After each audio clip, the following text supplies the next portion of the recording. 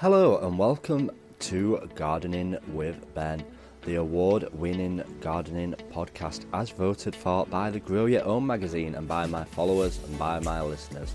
I hope that you have all clicked that subscribe button.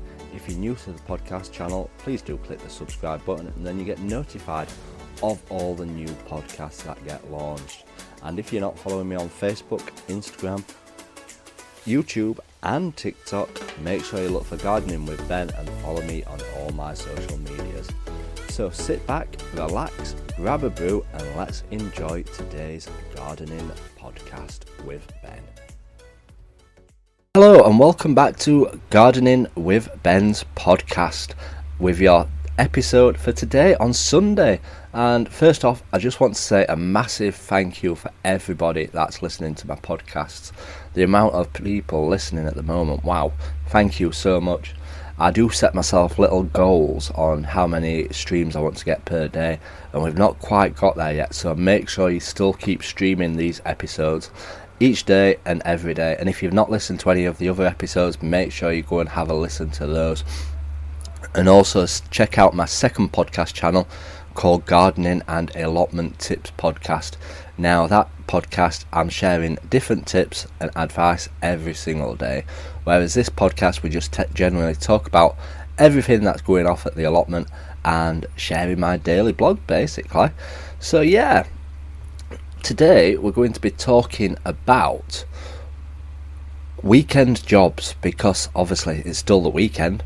This would probably have been better yesterday, but we'll still do it today. You can still get those weekend jobs done.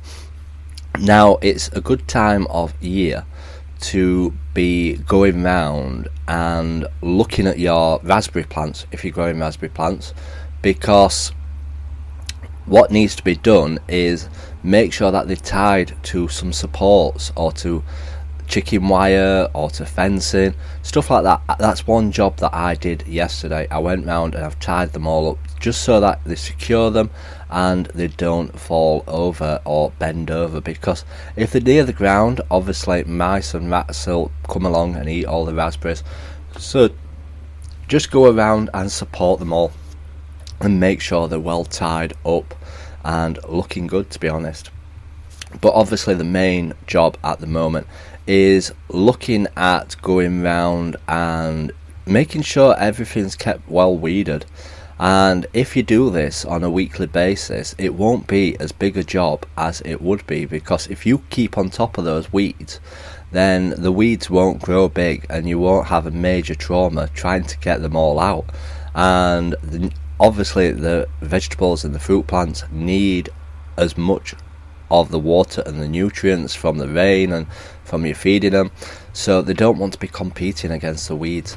Now I try to do this on a weekly basis or fortnightly basis at least, and the other day I shared with you on my other podcast channel my favourite weeding tool. So if you've not listened to that episode, go and have a listen to that episode and you'll find out what my favourite weeding tool is, and it's the quickest way of weeding in between plants that you can find. And yeah, I'm definitely loving this weeding tool that I use, so make sure you go and listen to that.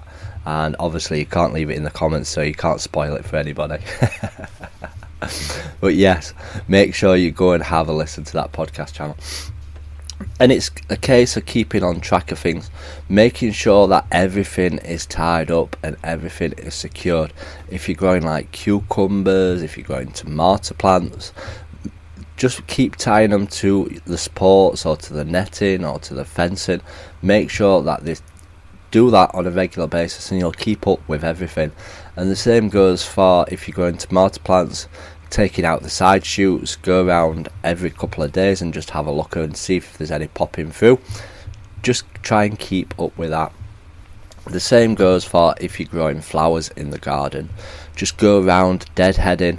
I've got a friend that has lots of flowers, and she goes round every single morning just going round deadheading for 10 minutes a morning, and that's all it takes. If you do it on a regular basis, just 10 minutes of your day, and you will manage to keep up with all the deadheading. And the best thing about deadheading is that if you do it and do it regularly, you will get more and more flowers, because whatever that dead flower is on the plant is still putting its energy into growing it or turning it into seeds and making seeds. So, and sometimes if it's a sweet pea plant and you don't cut the flowers off, it thinks that it's come to the end of its life and it starts to die back. So you need to keep up with doing that deadheading on a regular basis. So that is one thing that needs doing at the moment. And yeah, what have I been up to at the allotment? Well, yesterday, I have recorded this on Saturday, but yesterday, I've done a lot of weeding these last 4 days while I've been off work. That's been my main job. Everything is not weed free, but it's better than it was. All the beds are weed free, around my vegetables and stuff like that. We've done all that. So today's job was the mammoth task of giving it a really good watering.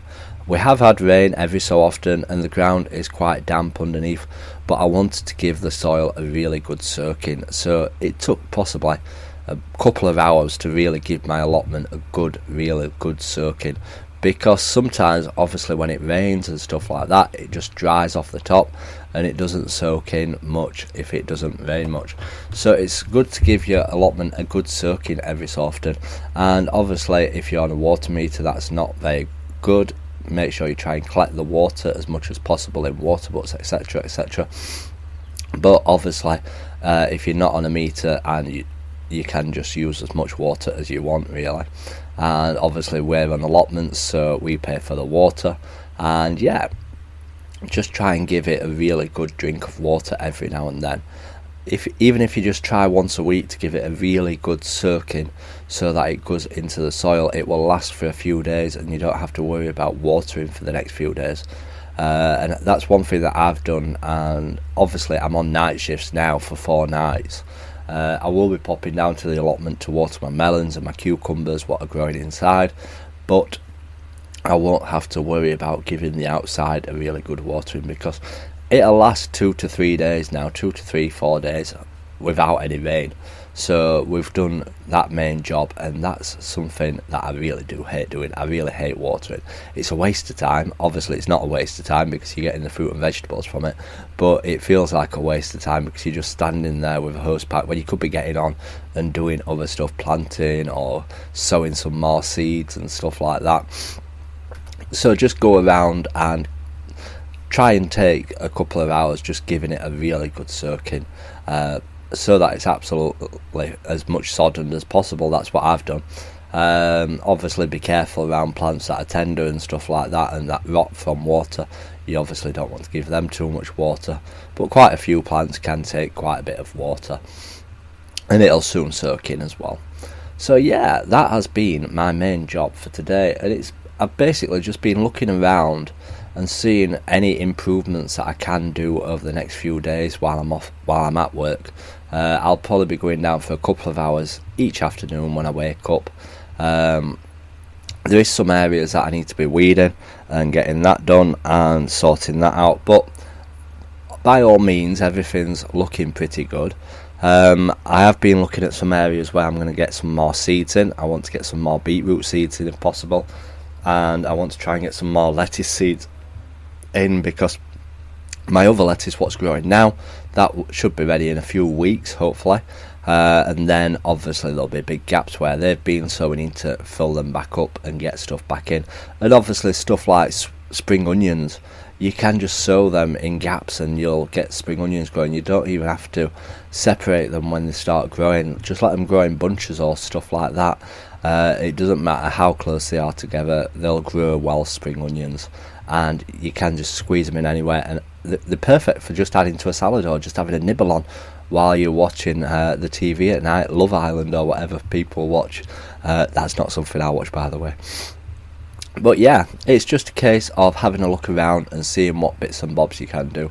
And obviously I get the magazines as well, the Grow Your Own magazines and the Kitchen Garden magazines, so I'm getting seeds all the time, and there's lots of seeds in there what you can just use to fill gaps in and stuff like that. You get salad leaves every episode, every magazine literally, so there is plenty of seeds that I can use to fill the gaps in and hopefully get some more produce, because yeah, you can never have enough fresh produce. And I was looking at my spinach today. I've never really grown spinach successfully, but this year it seems to be absolutely thriving. It doesn't like to be transplanted, but I've managed to do it this year for some reason, and I'm really pleased with how it's coming along. So hopefully I'll be able to have spinach and eggs, spinach and scrambled eggs. That will be absolutely delicious. So unfortunately I've not got the chickens to produce the eggs. I can have chickens on the site, but I wouldn't be able to commit to going every day, and I think that would be cruel on the chickens if I couldn't get to the allotment, obviously. So hopefully we will be going down to the plot for the next few days, and hopefully these podcasts will carry on and you will get your daily dose of episodes. Please do keep streaming these, and yeah, like I said, every episode that you listen to I get about a penny from. So the more streams, the more pennies I'm earning, and the more plants I can purchase for my allotment and share tips and advice with all you people. So if you're asleep, feel free to stream the episodes and turn your phone down and keep them streaming. If only everybody would do that. But yeah, my podcast is doing really well again, and I'm pleased that everybody is getting involved by listening. And please do tell your friends and family about listening to these podcasts. The more support, the better. Obviously, you're not purchasing anything by listening to these episodes. The listening is enough as it is, and you're all supporting me that way. So thank you for everybody that's listening, and please do check out my other podcast channel if you've not checked it out already yet.